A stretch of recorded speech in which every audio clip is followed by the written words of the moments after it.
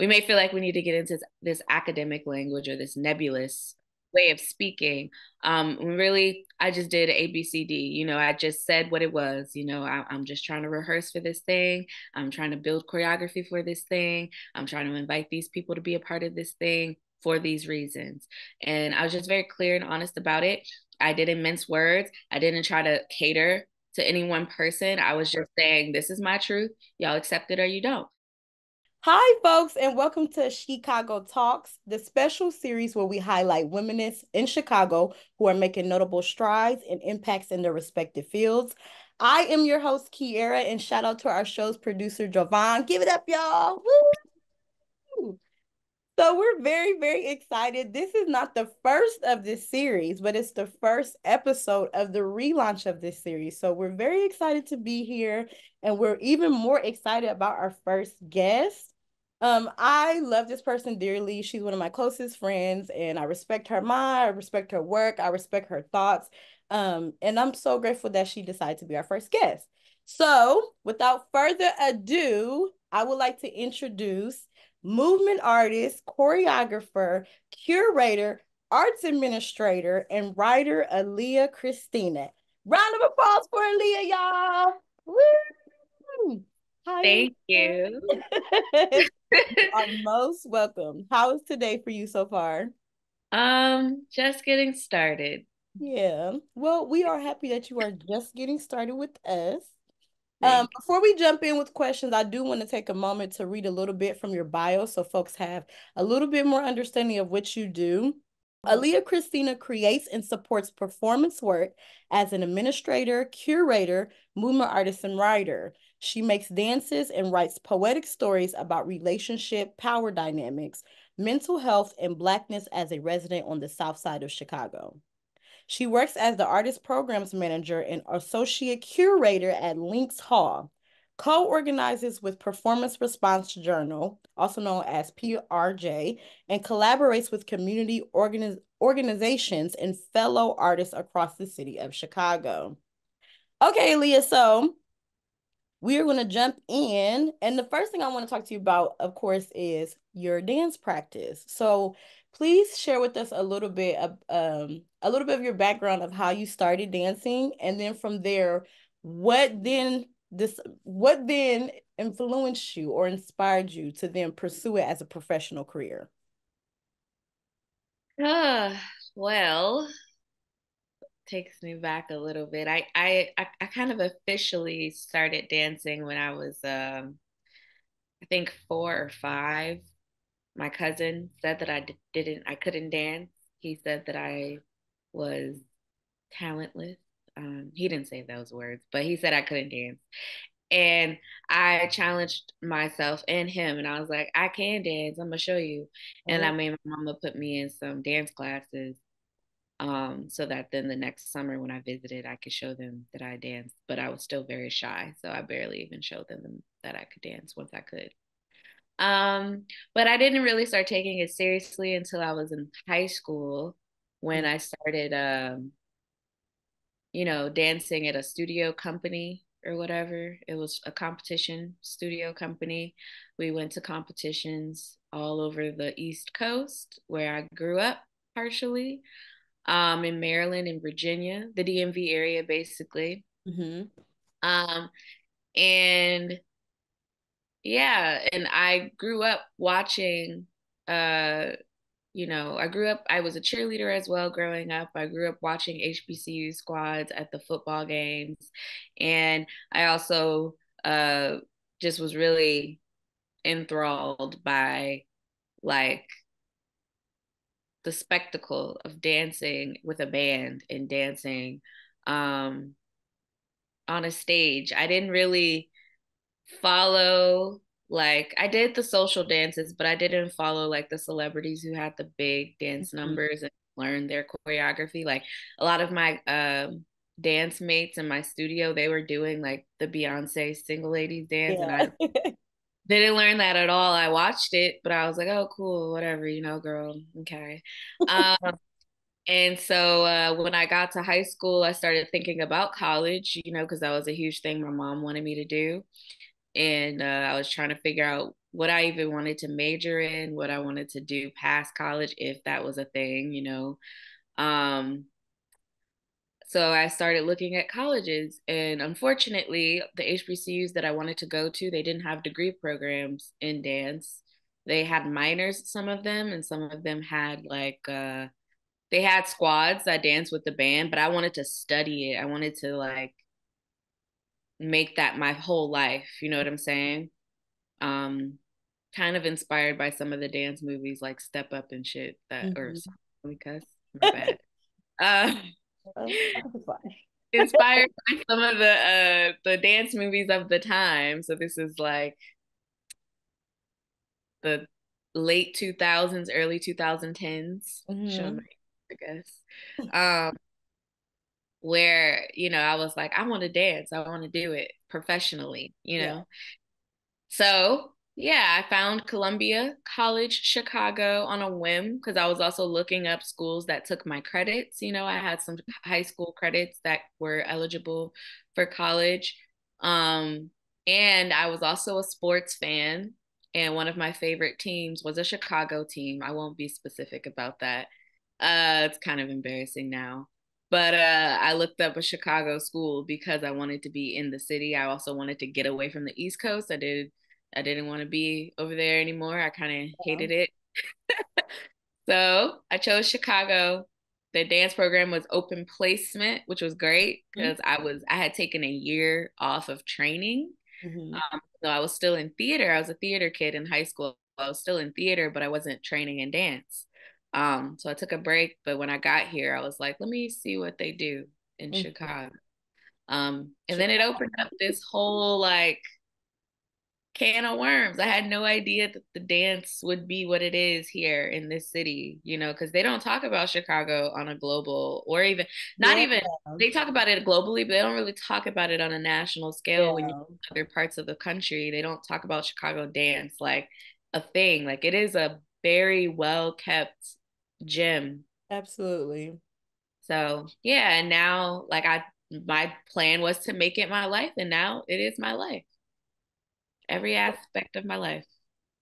Thank you so much for that history, Leah. And Mhm. I love that you said too what you said about Chicago, about it being this like really dope, inspiring like dance environment that people don't know about. And as someone who also was in the dance community, and I actually met Aaliyah at Columbia. We both were students there. It does, yeah, when you think about it, it's like, wow, people don't know about this. And it's definitely it's so impactful and so inspiring to be a part of this community. Um, and yeah, I don't really see nobody else doing what is done here in Chicago. Yeah. As far as in the movement community, the dance community.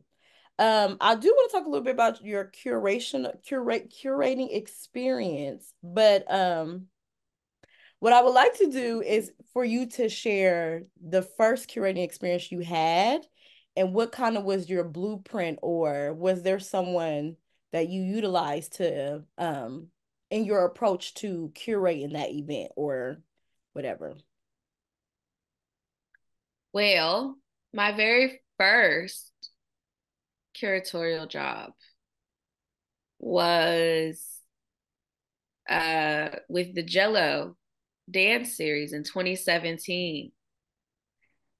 And that was a little series that was started by Jessica Cornish, who's now no longer in Chicago, but um, excuse me, she had a relationship with Lynx Hall and wanted to have a show that just showcased dancers doing their thing, works in progress, improvisation, all that. And performance artists as well, you know, people who weren't so dance heavy, but were doing movement or performance art, speaking, those things. And so she invited folks if they wanted to curate to come and curate and sign up to curate. And um, I knew in college that curating was something that I wanted to tap into because I noticed there was a lack of Black and sometimes brown dancers on stage in college that I was excited about. You know what I'm saying? Like, you know, a lot of the black or brown dancers that were coming up, they were in the white dancers' works. You know what I'm saying? They weren't showing their own work on that stage. If they were showing their own work, it was like somewhere else that wasn't in within our like our classmates, within our, you know, our community, our little nook that we had. So I was, you know, I eventually started putting work on that stage. You started putting work on that stage, but I wanted to see more. And Yeah. so when we did Jello, I had initially was asking people to come and do it because it was a last minute thing that they said I could do. I had like a month to plan the show. Mm-hmm. And I couldn't get people to hop in and bite. Like I just had to accept the people that had signed up to perform at Jello. So those are mostly white artists. And then another friend of mine and I performed as another way to offset that whiteness. Mm-hmm. And it went really well, but I have bigger dreams about what my curatorial practice would look like. So that happened. I learned from it. And I went on to the next thing. And then, you know, the next thing, which I consider my first like big evening length, even weekend length, like showing or run of shows was with you for Lather, Rinse, Repeat, which was at Links Hall in 2018, January 2018. We opened up the year. Um, Mm-hmm. there wasn't really a blueprint that I was following, if I'm being honest. I think I was like, you know, I was going to a lot of curated events around the city, Mm-hmm. especially Black millennials. And I was like, all right, what are y'all doing? You know what I'm saying? You know, I was seeing how they were curating those things. I was looking at like the little pockets of things they would have throughout the event where it would be a DJ or there would be performers or it was just, you know, just dancing and like vendors and things like that, right? So, you know, leading up to that big moment at the at Links Hall for Lather Rinse Repeat, I was strategizing about how to get people interested in coming to Links Hall. I was Mm-hmm. strategizing about, you know, how to get people understanding that we're trying to make this work and also trying to create a community around what we're doing. And so I didn't follow the blueprint, but I did think about the elements that some of those other curated events had because all of them lacked complete um indulgence in like artistic practice. Yeah. All of them were really about just the gathering of the thing versus the witnessing of the thing, right? So I Mm-hmm. really wanted to focus on the witnessing of work being made amongst my friends at the time because me and my friends, we were the only like people that we felt were doing the things that we were hoping to do in the long term. You know what I'm saying?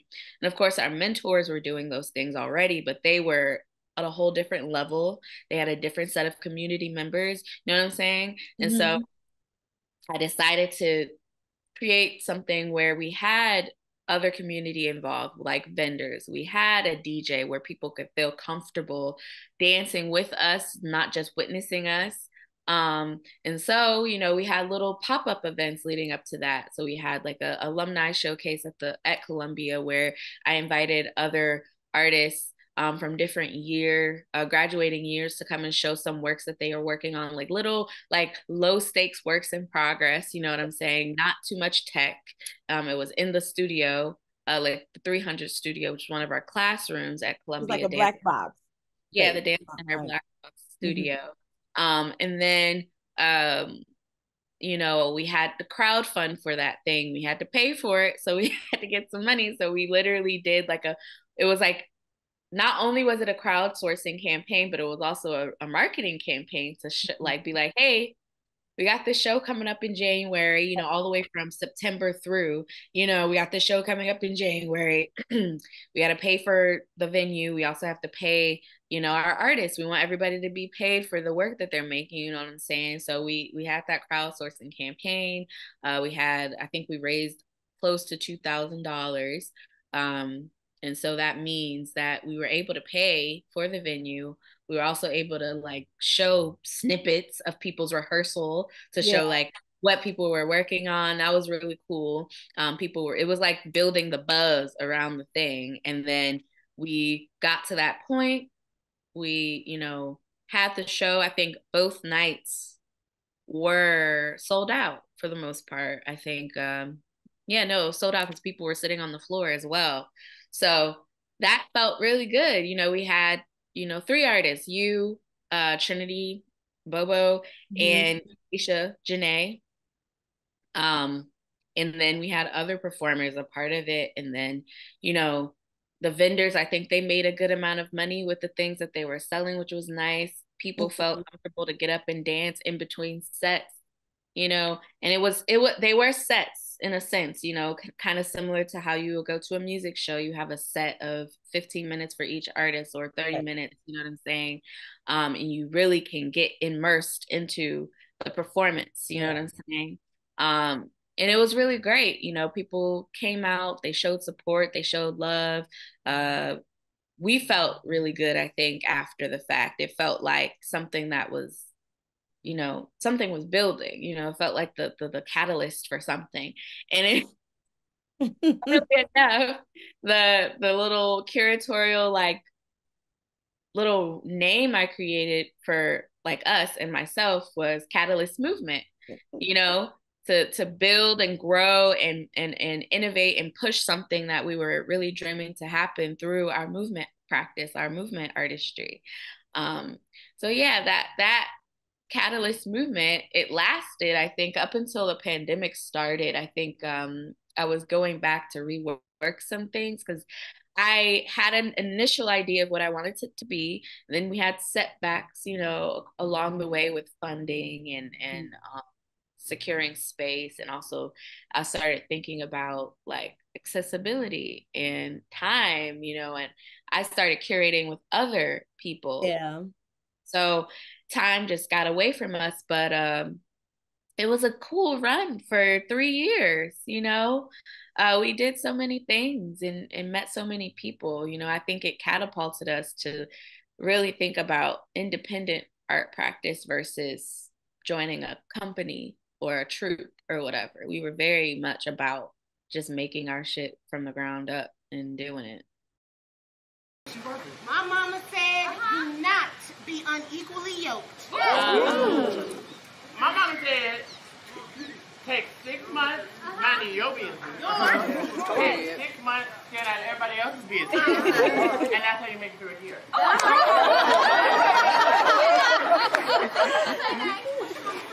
My mama said, be yourself. I do want to go ahead and jump down to talking about these two big opportunities that you had received recently. So Aaliyah is a recipient of the D-Case Cultural Center Residency program, and also she is a Chicago Dancemakers Forum lab artist. And both of these organizations, they provide funding and different funding programs and support for organizations, companies, and independent artists. And as Aaliyah briefly just mentioned, she also is an independent artist. So I wanted to talk a little bit about, and Aaliyah also got these awards at the same time as well, which is a huge deal. So I want to talk about I want you to talk about a little bit of what it meant for you with the kind of artist you are, the work that you make, about your experience, your Black experience, power dynamics, relationship dynamics, and being a resident on the South Side and someone who has been working as an independent artist. Can you briefly talk about what it meant for you to get these awards and also as a practicing independent artist? Yeah. I mean, it felt like a long time coming, even though, some people would say I haven't been doing this that long. I mean, in my mind, I've been doing this since graduating college. So it's been about 8 years or so. And, I've been applying. I applied for the Chicago Dancemakers Forum Lab Artist Award 4 times. Mm-hmm. And then I applied for the DK Dance Studio residency twice. even though, you know, they've only done it 2 cohorts, but the Yes, first, in the I program. applied for the first cohort, didn't get it. And then, you know, what I valued about that was that John Rich, who is the program director of the Chicago Cultural Center's dance studio residency, excuse me, he followed up with a feedback session. I do feedback sessions with artists at Links Hall as well as an arts program manager. Um, he told me what the panel was thinking about my application, and it seemed like there was a disconnect. They didn't really understand what I was trying to do and what they were what I was trying to do and what I was planning to do in my residency, which was confusing to me. He also asked for feedback on their end, like how what I could like give that they could improve on. And I did tell them, I was like, you know, the application was a little wonky, you know. Some of the questions didn't allow for much clarity, but also some of the questions were repeating the same, like they were asking kind of the same things as each other in a sense. So some things I didn't get a chance to really express, you know what I'm saying? Um, so the next time around, the questions were a lot more clear, and I felt like I could be more clear about what I was doing, my language. You know, I kind of shifted. Sometimes, you know, when we filling out these applications, we get into this like we may feel like we need to get into this academic language or this nebulous way of speaking. Really, I just did ABCD. You know, I just said what it was. You know, I'm just trying to rehearse for this thing. I'm trying to build choreography for this thing. I'm trying to invite these people to be a part of this thing for these reasons. And I was just very clear and honest about it. I didn't mince words. I didn't try to cater to any one person. I was just saying, this is my truth. Y'all accept it or you don't. And they accepted it. It was very interesting because, you know, the day that John called to tell me I got it, I was like upset about something. I think I was just getting off the phone complaining about some package that wasn't delivered or something on time, blah, blah, blah. He called me and I answered with the attitude. I was like, what? You know, I didn't say what, but I was like, hello, like what you want? You know what I'm saying?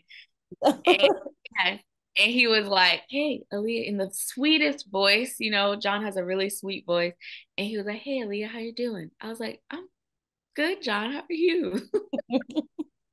I actually didn't say I was good. I said, I'm fine, you know, because fine never means fine. And he was like, well, I just wanted to call and I have a few questions for you. You know, you submitted an application for the Chicago Cultural Center Dance Studio residency. And I just had a few clarifying questions, you know, that we were unclear about and wanted to make sure that everything was okay. And I was like, yeah, fine. What's up? And he was like, you know, your application says that you require a sprung wood dance floor and this and that. And he was like, we don't have that, but we do have this. Is that okay? And I was like, yeah, that's absolutely fine. I was like, I'm not picky. I'm just making sure, you know, because I got to be safe with me and my dancers, you know what I'm saying? Like, we got to take care of our bodies, you know? Um, so, you know, I said it was all good. And he asked me about tech and stuff because I didn't really have any tech requirements. And he was like, okay, cool. So I just wanted to follow up those questions and saying, you know, you were selected to be a resident artist for da da da da da da. And I was like, all right, that's cool. Like I didn't know how to like react. I think I was just shocked because, you know, for so long I applied for these big things, you know, that give a good, like, you know, we applied with a budget, you know what I'm saying? And my budget is substantial because I'm trying to support myself and 9 other people, you know, on top of other collaborators we want to invite to this process. So, you know, they were giving a big chunk of change, not the full budget, but they were giving a big, put a big dent into that budget. And so this is just the development budget. This is just rehearsal. You know what I'm saying? So when he said that, and then he let me know the amount that they were giving, I was just like, you know, through the roof.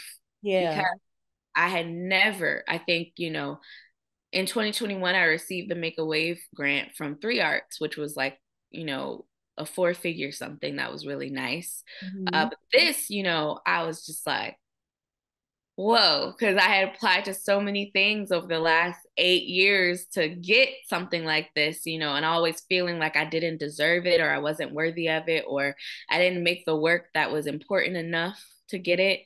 And finally, I'm like, I felt vindicated because I was like, this project, you know, specifically, I've been working on for, I feel like I've been working on it for 8 years without realizing it, but Right. officially been working on it for 3 years. And I'm like, I've been trying to get this money and nobody is giving it to me and nobody's giving me the opportunity to really dig into it and work on it because I can't really work on it to my fullest potential without the funds Yeah. Right. and Right. resources.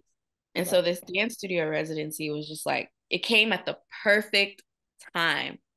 It came at the perfect time because I was over it. I was like, I'm done Yeah. applying to all these things and not getting it.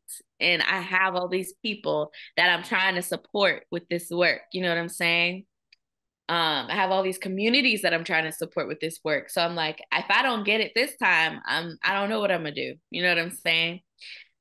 So yeah, that was the thing. And it was like, finally, God damn it, you know. Well, I I would was say it was very well deserved. You definitely deserve both of these opportunities. And I'm so glad that somebody like you is supported like this because your work is important and it needs to be seen. thank We you. have a few minutes left. Time goes by so fast when you're having good conversations. Wow. But I do want to leave a couple of minutes for you to briefly talk about the project that you are referring to that you pitched and for both of these organizations got award funding for, which is called Praise Mother. And then after you briefly talk a little bit about that, can you share where people can keep in contact with you and learn more about your project? Yeah. Okay, so Praise Mother is this project that kind of was birthed over time. You know what I mean? I started this other like dance work that for my senior year of college, it was called I'm Full of BS, a novel. You know, so I was kind of this autobiographical like exploration about me and my relationship with mental health, me and my relationship with my mother and my family, feeling like a black sheep, feeling like, you know, an other amongst the people that I love the most. You know what I'm saying? Mhm. And to an extent, I felt like that in college as well, you know, feeling like a black sheep amongst my friends, feeling like a black sheep in the dance department, even though, you know, I felt in hindsight, I feel like I was doing pretty well. I stayed on top of my work. You know, I I was making things, you know, and people were excited about them, you know, by a small margin, but still, nonetheless. Praise Mother, you know, grew from that project. And then I did another project in 2018. It was a duet called When Iva Met Eunice, which was a, a dedication to my great grandmother and Nina Simone, who was like my honorary auntie in my mind, because her Same. work, yeah, her work drove me through college. You know what I'm saying? You know, all of the pitfalls she had with mental health and addiction, as well as abuse. You know, as a recipient of abuse and a person who was abusive. You know, so um, I wrote a poem. It was called Praise Mother, and it was a notation of sorts of movement.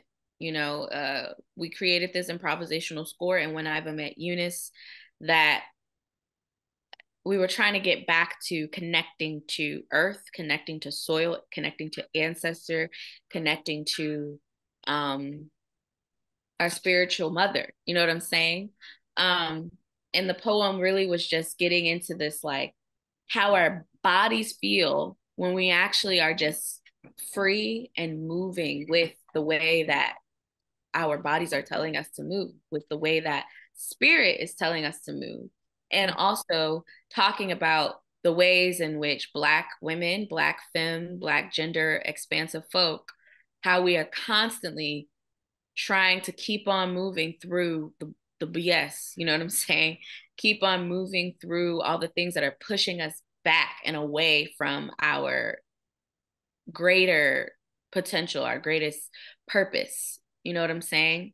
And so Praise Mother grew into this project that was really talking about the divine of each other and ourselves and our connections to our matriarchs, our mothers. Most Black families are matriarchal. Mm-hmm. The head of the house, most of the time, if it's not both the grandmother and the grandfather, it's almost always the grandmother. You know what I'm saying? And so it became this homage to our mothers, to our grandmothers, to our aunties and our sisters, our siblings. And then it grew into this like challenge that we have with them sometimes too, when they raise us to think about things in a certain way, with our spiritual practice as Black folks, especially in the Black church. In the South, I'm from the South, I'm from Louisiana. I grew up a Baptist child, a PK as well. My father is a minister, my grandfather is a minister, my grandmother, my Nana was a minister. And then my mother is a devout Christian, just growing up with those things and being challenged with like living in this 21st century world about sexual liberation, identifying as queer, and feeling, independent in that, and also not being called to be a mother of someone that I'm birthed from my womb, but being called to be a nurturer of community, a nurturer of peers. You know what I'm saying? And so Praise Mother is really just this project exploring what it is to exist in all of these like indoctrinating forces within your own community, and also pushing back on those indoctrinating forces and trying to create this like common ground and also this like symbiotic partnership with your matriarch, with your peers, with your siblings, whoever, so that we can be liberated as Black people. You know what I'm saying? And also understanding that our values amongst each other, they're going to differ and they're going to matter no matter what we think or say about it. You know what I'm saying? Because at the end of the day, we are not each other's enemy. We are each other's purpose. We are each other's power. And so that's what Praise Mother is. We have the dance studio residency at the Cultural Center with a squad. The squad is like a beautiful growing thing. It's a 9-piece squad. We're really digging into majorette dance aesthetics, especially from the historically Black college and university track. We also are digging into some improvisational work with Afro-diasporic movement qualities. And I'm really excited to see how those things mesh together, because right now they're at odds with each other. But I think we're gonna work it. We're gonna do it. We're gonna work through it. We're gonna make it do what it do. So I'm excited, and I think everybody is excited. I've had check-ins with every single person in the squad, and everybody feels just ready and just raring to go. And you can follow us on Instagram. We're at Praise Mother, very simple, PraiseMother. You can follow me if you want. I have a private account, but you can come on in if I feel like you seem trustworthy. I don't know. At Leah Plain, Liyah Plain, Plain, Jane, Jain. That's how you can stay up with me. I also write. I'm a writer, so sometimes I'll publish things and you'll see them. I don't know. You also can see them too on PRJ, Performance Response Journal as well. PerformanceResponseJournal.com. I have a few articles on there. Yeah. Well, Leah, thank you so much for taking time to share your story, your experience with it. I think it's very important to hold space for artists like you. I'm so grateful for you spending time with us. We also have a little news section that we'll be doing with this series as well, with this organization. Okay. So we'll share as well, like with your Chicago Artist Residency, Cultural Center Residency, there are public program events that people can come and participate in, and we'll make sure that we share your information so people can follow and keep up to date on Praise Mother and Aaliyah and all the awesome work that she is doing. Thank you. Please make sure that you subscribe so we can continue to grow our platform and continue to share these stories. Feel free to leave comments, thoughts below. If you have questions, we'll do our best to, for Aaliyah specifically, we'll do our best to try to share them with her and get back to you. Thank you again, Aaliyah. Thank you those who are viewing, who are joining us on these conversations. This is SHEcago Talks or excuse me, this is SHEcago Talks. And we're very happy to be here and we look forward to seeing you next time. Thank you, Aaliyah. Thank you.